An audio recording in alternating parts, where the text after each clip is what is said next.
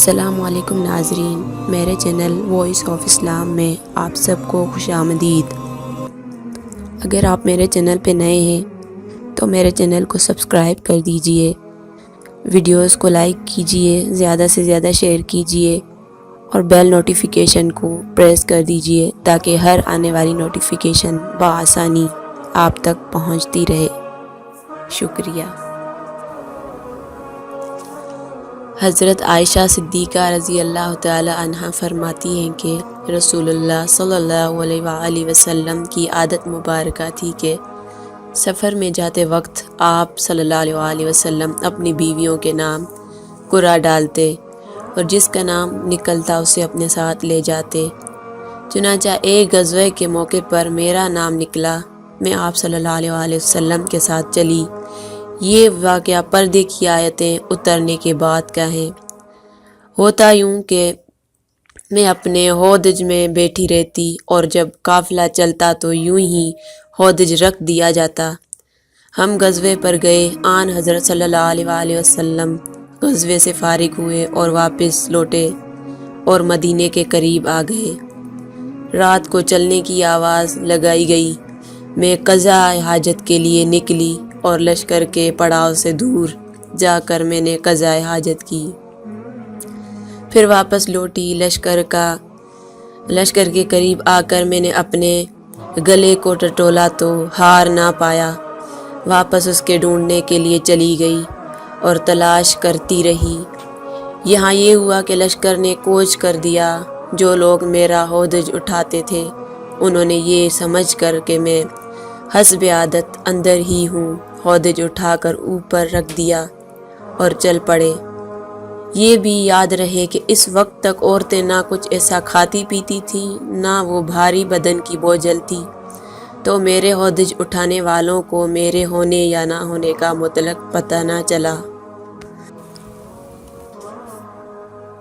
اور میں اس وقت اوائل عمر کی تو تھی ہی، الغرض بہت دیر کے بعد مجھے میرا ہار مل گیا۔ یہاں میں جو پہنچی تو کسی آدمی کا نام و نشان بھی نہ تھا، کوئی پکارنے والا نہ جواب دینے والا۔ میں اپنے نشان کے مطابق وہیں پہنچی جہاں ہمارا اونٹ بٹھایا گیا تھا اور وہیں انتظار میں بیٹھ گئی کہ جب آپ چل کر میرے نہ ہونے کی خبر پائیں گے تو مجھے تلاش کرنے کے لیے یہیں آئیں گے۔ مجھے بیٹھے بیٹھے نیند آ گئی۔ اتفاق سے حضرت صفوان بن معطل سلمی زکوانی جو لشکر کے پیچھے رہتے تھے وہ پچھلی رات کو چلے تھے اور صبح میں یہاں پہنچ گئے۔ ایک سوتے ہوئے آدمی کو دیکھ کر خیال آنا تھا، غور سے دیکھا تو چونکہ پردے کے حکم سے پہلے مجھے وہ دیکھتے ہی تھے، دیکھتے ہی پہچان گئے اور بآواز بلند ان کی زبان سے نکلا، انا للہ و انا الیہ راجعون۔ ان کی آواز سنتے ہی میری آنکھ کھل گئی اور میں اپنی چادر سے اپنا منہ ڈھانپ کر سنبھل بیٹھی۔ انہوں نے جھٹ سے اپنے اونٹ کو بٹھایا اور اس کی ٹانگ پر اپنا پاؤں رکھا۔ میں اٹھی اور اونٹ پر سوار ہو گئی۔ انہوں نے اونٹ کو کھڑا کر دیا اور بھگاتے ہوئے لے چلے۔ قسم اللہ کی، نہ وہ مجھ سے کچھ بولے نہ میں ان سے کچھ بات کی، نہ سوائے انا للہ کہ میں نے ان کے منہ سے کوئی کلمہ سنا۔ دوپہر کے قریب ہم اپنے قافلے سے مل گئے۔ بس اتنی سی بات کا ہلاک ہونے والوں نے بتنگڑ بنا لیا۔ ان کا سب سے بڑا اور بڑھ کر باتیں بنانے والا عبداللہ بن ابی بن سلول تھا۔ مدینے آتے ہی میں بیمار پڑ گئی اور مہینے بھر تک بیماری میں گھر میں رہی۔ نہ میں نے کچھ سنا، نہ کسی نے مجھ سے کہا۔ جو کچھ گل و غبارہ لوگوں میں ہو رہا تھا میں اس سے بے خبر تھی۔ البتہ میرے دل میں یہ خیال بسا اوقات گزرتا کہ رسول اللہ صلی اللہ علیہ وآلہ وسلم ہر وقت مہر و محبت میں کمی کی کیا وجہ ہے؟ بیماری میں عام طور پر جو شفقت رسول اللہ صلی اللہ علیہ وآلہ وسلم کو میرے ساتھ ہوتی تھی، اس بیماری میں وہ بات نہ پائی تھی۔ اس لیے مجھے رنج تو بہت تھا مگر کوئی وجہ معلوم نہ تھی۔ بس آن حضرت صلی اللہ علیہ وآلہ وسلم تشریف لاتے، سلام کرتے اور دریافت فرماتے طبیعت کیسی ہے، اور کوئی بات نہ کرتے اس سے مجھے بڑا صدمہ ہوتا، مگر بہتان بازوں کی تہمت سے میں بالکل نہ غافل تھی۔ اب سنیے، اس وقت تک گھروں میں لیٹرین کا تو انتظام نہ تھا، اور عرب کی قدیم عادت کے مطابق ہم لوگ میدان میں قضاء حاجت کے لیے جایا کرتے تھے۔ عورتیں عموماً رات کو جایا کرتی تھیں۔ گھروں میں لیٹرین بنانے پر عام طور پر نفرت کی جاتی تھی۔ حسب عادت میں مصطح رضی اللہ تعالی عنہ بنت ابی رحم ابن عبد المطلب بن عبد مناف کے ساتھ قضاء حاجت کے لیے چلی۔ اس وقت میں بہت ہی کمزور تھی۔ یہ مصطح رضی اللہ تعالی عنہ میرے والد رضی اللہ عنہ کی خالہ تھی۔ ان کی والدہ صخر بن عامر کی لڑکی تھی۔ ان کے لڑکے کا نام مصطح بن اساسہ بن عباد بن عبد المطلب تھا۔ جب ہم واپس آنے لگے تو حضرت مصطح رضی اللہ عنہ کا پاؤں چادر کے دامن میں الجھا اور بے ساختہ ان کے منہ سے نکل گیا کہ تائس مصطح، یعنی مصطح غارت ہو۔ مجھے برا لگا اور میں نے کہا، تم نے بہت برا کلمہ بولا، توبہ کرو، تم گالی دیتی ہو جس نے جنگ بدر میں شرکت کی۔ اس وقت مصطح رضی اللہ عنہ نے کہا، بولی بی بی، آپ کو کیا معلوم کہ میں نے کیا بات کی ہے؟ انہوں نے فرمایا، وہ بھی ان لوگوں میں ہیں جو آپ کو بدنام کرتے پھرتے ہیں۔ مجھے سخت حیرت ہوئی۔ میں ان کے سر ہو گئی کہ کم از کم مجھے سارا واقعہ تو کہو۔ اب انہوں نے بہتان باز لوگوں کی تمام کار ستائیاں مجھے سنائی۔ میرے تو ہاتھوں کے طوطے اڑ گئے۔ رنج و غم کا پہاڑ مجھ پر ٹوٹ پڑا۔ مارے صدمے کے میں تو اور بیمار ہو گئی۔ بیمار تو پہلے سے تھی، اس خبر نے تو نڈھال کر دیا۔ جوں توں کر کے گھر پہنچی۔ اب صرف یہ خیال تھا کہ میں اپنے میکے جا کر اور اچھی طرح معلوم تو کر لوں کہ کیا واقعی میری نسبت ایسی افواہ پھیلائی گئی ہے اور کیا کیا مشہور کیا جا رہا ہے۔ اتنے میں رسول اللہ صلی اللہ علیہ وآلہ وسلم میرے پاس تشریف لائے اور سلام کیا اور دریافت فرمایا، کیا حال ہے؟ میں نے کہا، اگر آپ اجازت دیں تو میں اپنے والد کے ہاں ہو آؤں۔ آپ نے اجازت دے دی۔ میں یہاں سے آئی، اپنی والدہ سے پوچھا کہ اماں جان، لوگوں میں میری متعلق کیا باتیں پھیل رہی ہیں؟ انہوں نے فرمایا، بیٹی، یہ تو نہایت معمولی بات ہے، تم تو اپنا دل بھاری مت کرو۔ کسی شخص کی اچھی بیوی جو اس سے محبوب ہو اور اس کی سوگنیں بھی ہو، وہاں ایسی باتوں کا کھڑا ہونا تو لازمی امر ہے۔ میں نے کہا، سبحان اللہ، کیا واقعی لوگ میری نسبت ایسی افواہیں اڑا رہے ہیں؟ اب تو مجھے رنج و غم نے اس قدر گھیرا کہ بیان سے باہر ہے۔ اس وقت سے جو رونا شروع ہوا، اللہ، ایک دم بھر کے لیے میرے آنسو نہیں تھمے۔ میں سر ڈال کر روتی رہی۔ کہاں کا کھانا پینا، کہاں کا سونا جاگنا اور کہاں کی بات چیت، بس رنج و الم اور رونا ہے اور میں ہوں۔ ساری رات اسی حالت میں گزری کہ آنسوؤں کی لڑی نہ تھی۔ دن کو بھی یہی حال رہا۔ آن حضرت صلی اللہ علیہ وآلہ وسلم نے حضرت علی رضی اللہ عنہ کو اور حضرت اسامہ بن زید رضی اللہ عنہ کو بلایا۔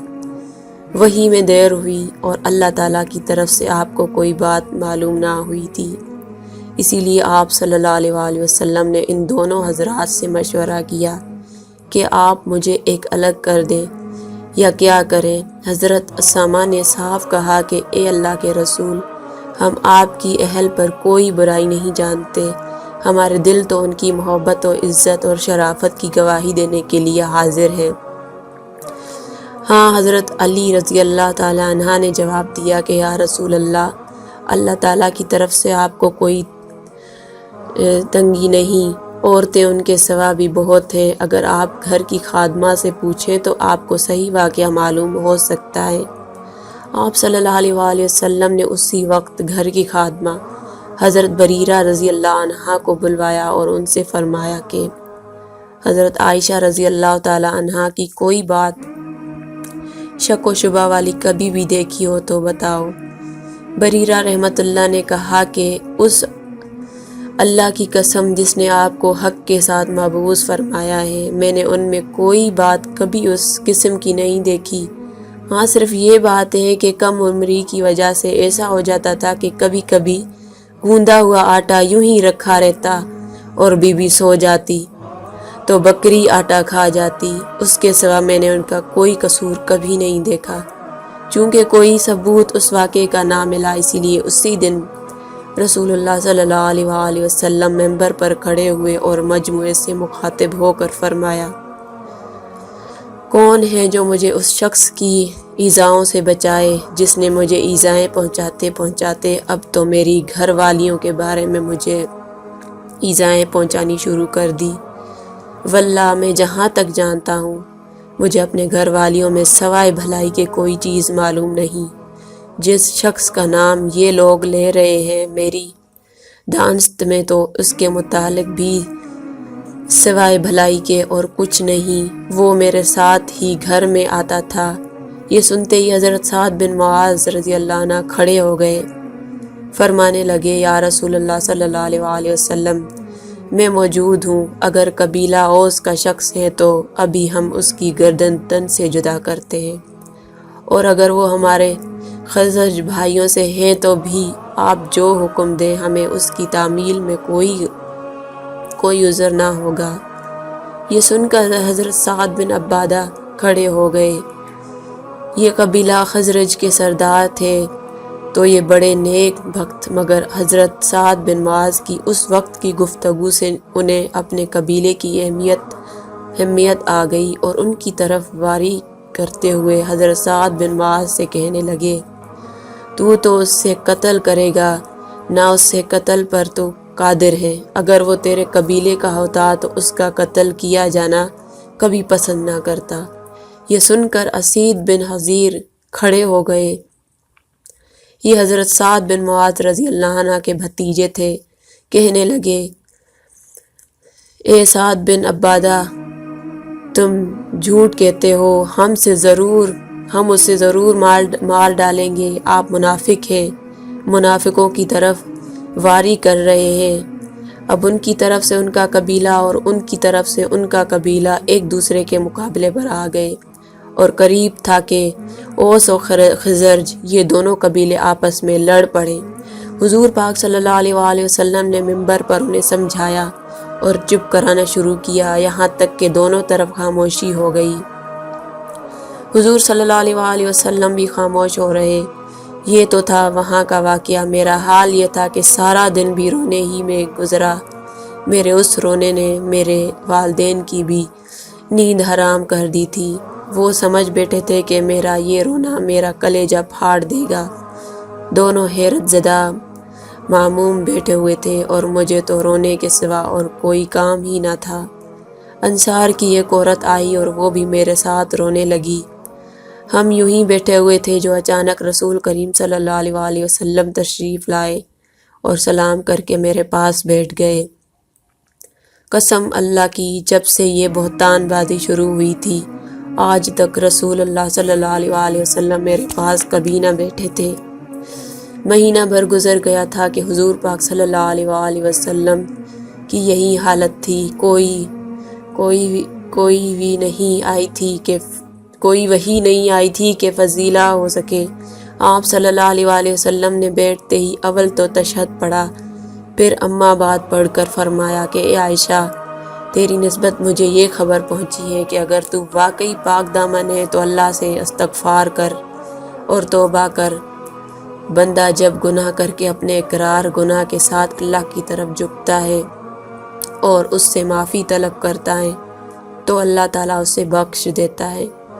آپ کا اتنا فرما کر خاموش ہو گئے۔ یہ سنتے ہی میرا رونا دھونا سب جاتا رہا، آنسو تھم گئے، یہاں تک کہ میں آنسو کا ایک قطرہ بھی نہ بہاتی تھی۔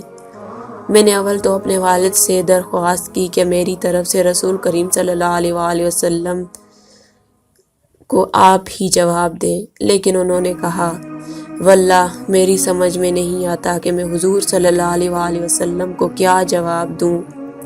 آپ نے اپنی والدہ کی طرف دیکھا اور کہا کہ آپ رسول اللہ صلی اللہ علیہ وآلہ وسلم کو جواب دیں، لیکن انہوں نے بھی یہی کہا کہ میں نہیں سمجھ سکتی کہ میں کیا جواب دوں۔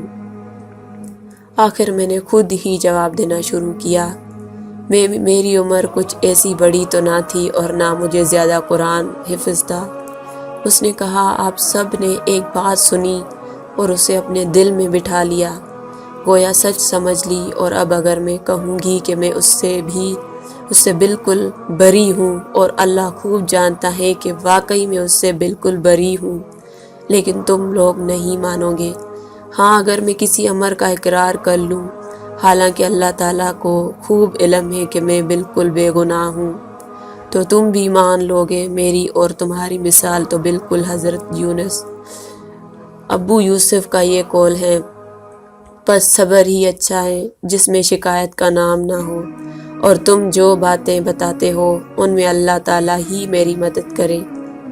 اتنا کہہ کر میں نے کروٹ پھیر دی اور اپنے بستر پر لیٹ گئی۔ واللہ مجھے یقین تھا کہ چونکہ میں پاک ہوں، اللہ تعالیٰ میری برات اپنے رسول صلی اللہ علیہ وآلہ وسلم کو ضرور معلوم کرا دے گا، لیکن یہ تو میرے گمان میں بھی نہ تھا کہ میرے بارے میں قرآن کی آیتیں نازل ہوں گی۔ میں اپنے آپ کو اس سے بہت کمتر جانتی تھی کہ میرے بارے میں کلام اللہ کی آیتیں اتری۔ ہاں، مجھے زیادہ سے زیادہ یہ خیال ہوتا تھا کہ ممکن ہے کہ خواب میں اللہ تعالیٰ حضور پاک صلی اللہ علیہ وآلہ وسلم کو میری برات دکھا دے۔ واللہ ابھی تو نہ رسول اللہ صلی اللہ علیہ وآلہ وسلم اپنی جگہ سے ہٹے تھے اور نہ گھر والوں میں سے کوئی گھر کے باہر نکلا تھا کہ حضور پاک صلی اللہ علیہ وآلہ وسلم پر وحی نازل ہونا شروع ہو گئی، اور چہرے مبارک پر وہی نشان ظاہر ہوئے جو وحی کے وقت ہوتے تھے، اور پیشانی مبارک سے پسینے کی پاک بوندیں ٹپکنے لگی۔ سخت سردی میں بھی وحی کے نازل ہونے کی یہی کیفیت ہوا کرتی تھی۔ جب وحی اتر چکی تو ہم نے دیکھا کہ حضور پاک صلی اللہ علیہ وآلہ وسلم کا چہرہ مبارک ہنسی سے شگفتہ ہو رہا ہے۔ سب سے پہلے آپ نے میری طرف دیکھا کہ فرمایا کہ عائشہ خوش ہو جاؤ، اللہ تعالیٰ نے تمہاری برات نازل فرما دی۔ اسی وقت میری والدہ نے فرمایا کہ بچی، حضور پاک صلی اللہ علیہ وآلہ وسلم کے سامنے کھڑے ہو جا۔ میں نے جواب دیا کہ واللہ نہ تو میں آپ صلی اللہ علیہ وآلہ وسلم کے سامنے کھڑی ہوں اور نہ سوائے اللہ تعالیٰ کے کسی اور کی تعریف کروں۔ اسی نے میری برات اور پاکیزگی نازل فرمائی ہے، اسی لیے میں تو اسی کی تعریف کروں گی اور اسی کا شکریہ ادا کروں گی۔